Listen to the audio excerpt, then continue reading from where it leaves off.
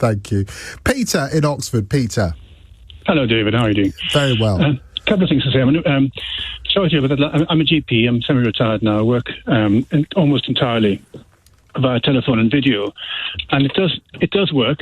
I think obviously it's got to be for. Does it work for older? You know, if you've been used to the system, you're now in your 80s. Does it work?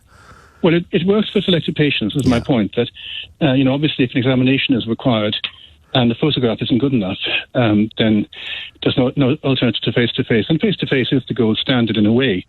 But bear in mind, it does have a downside, which is often it delays the consultation. People have to wait longer.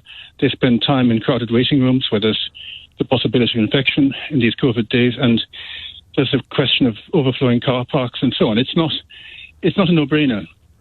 And there are pros and cons to both sides. But generally speaking, if you have the alternative of a non-face-to-face option, that may reduce delays. And it's part of the solution to the problem of overworked primary care health staff. However, there was another point I was going to make, and I think you did bring home very much the issue of the health service and how poorly staffed it is at the moment.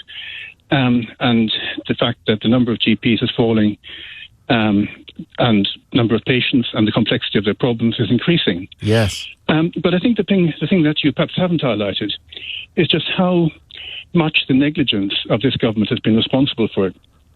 The government has been in complete denial about the effects of loss of freedom of movement. 10% of our GP workforce, and a rather larger percentage of the nursing workforce, had been trained in other EU countries.